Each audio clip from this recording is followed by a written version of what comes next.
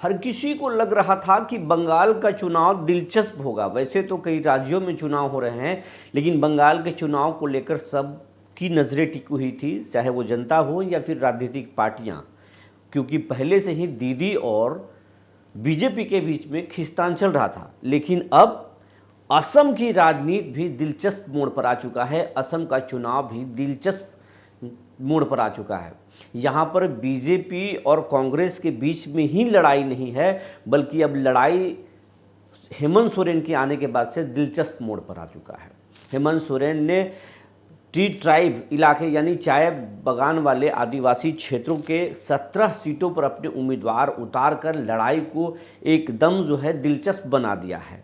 और ऐसे में ना सिर्फ बीजेपी को बल्कि कांग्रेस को भी इन सीटों पर नुकसान होगा। कई सीटों पर जो है हेमंत सोरेन की लड़ाई बीजेपी के साथ है, तो कुछ सीटों पर कांग्रेस के साथ भी होता हुआ नज़र आ रहा है।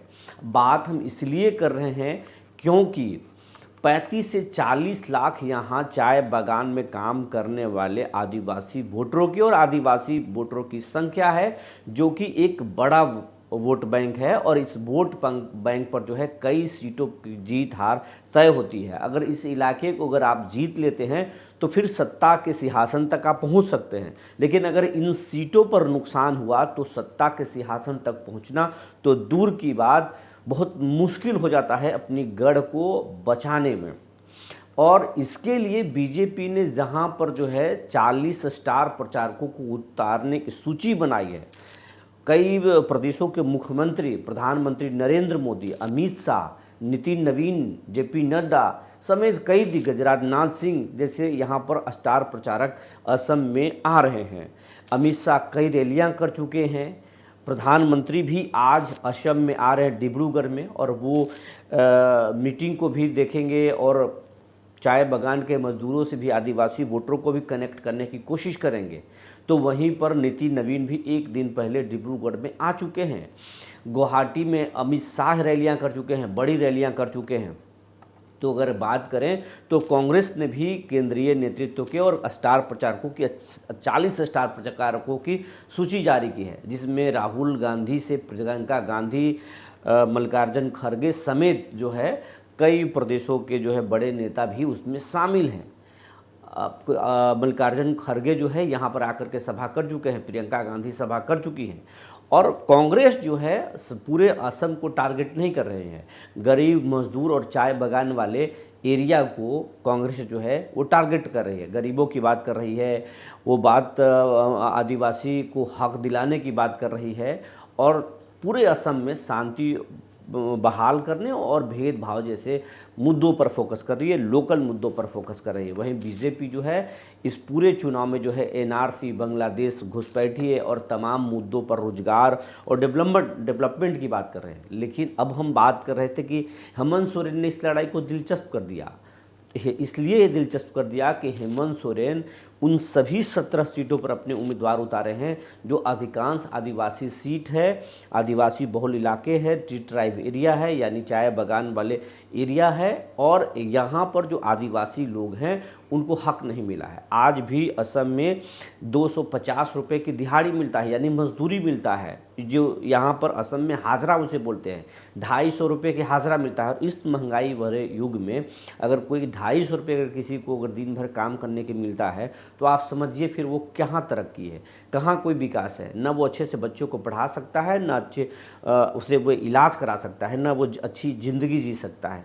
ये विकास का कोई पैमाना नहीं है।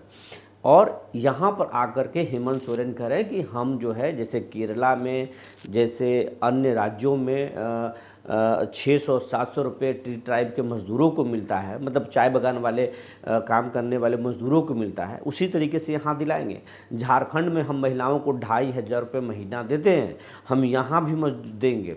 और जिस तरीके से झारखंड में 40 साल तक जेएमएम लड़के झारखंड को हासिल किया और वहाँ के आदिवासियों को जो हक अधिकार दिलाया वो दिला कर रहेंगे। यहाँ पर कई दशकों से असम में जो है वो आदिवासियों को एसटी दर्जा दिलाने की मांग उठ रही है। लेकिन सबसे बड़ी बात आपको बता रहे हैं कि जो आदिवासी के बहुत सारे आदिवासी हैं, जो खास करके ट्री ट्राइब इलाके वाले जो चाय बागान में काम करते हैं, इन इलाकों के जो आदिवासी हैं उनको एसटी दर्जा में शामिल नहीं किया गया, जिसके वजह से उनको नौकरी और तमाम चीज़ों में जो है लाभ नहीं मिलता है। अब इन्हीं चीज़ों को टारगेट करके हेमंत सोरेन यहीं पर सिर्फ फोकस कर रहे हैं कि हम आदिवासी जो चाय बागान के मजदूर हैं उनको हम एसटी में शामिल कराएंगे, हम 2,500 रुपये यहाँ के मजदूरों को देंगे।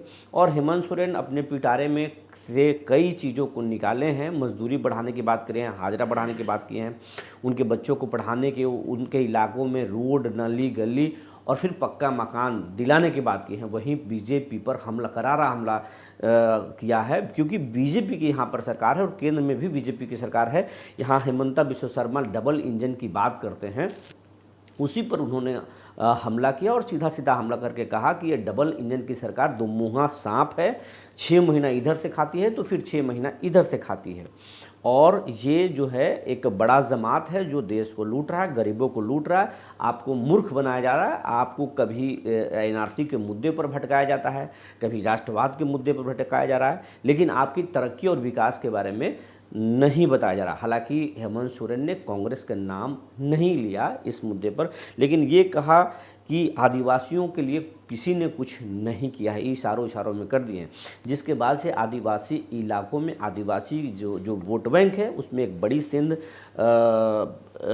लगती हुई नज़र आ रही है। क्योंकि हेमंत सोरेन के सभा में जिस तरीके से भीड़ उमड़ रही है, जिस तरीके से आदिवासियों की भीड़ उमड़ रही है, जिस तरीके से आदिवासी अपना नेता बता रहे हैं हेमंत सोरेन के, उससे लड़ाई दिलचस्प हो गया है। यही कारण है कि अब ट्री ट्राइब इलाके को बीजेपी साध रही है। नरेंद्र मोदी इस इलाके में आएंगे, इस इलाके में जो है नितिन नवीन आ चुके हैं और कई नेता अब यहाँ आ सकते हैं और ख़ास करके जो है आदिवासी वोटों को साधने की कोशिश करेंगे।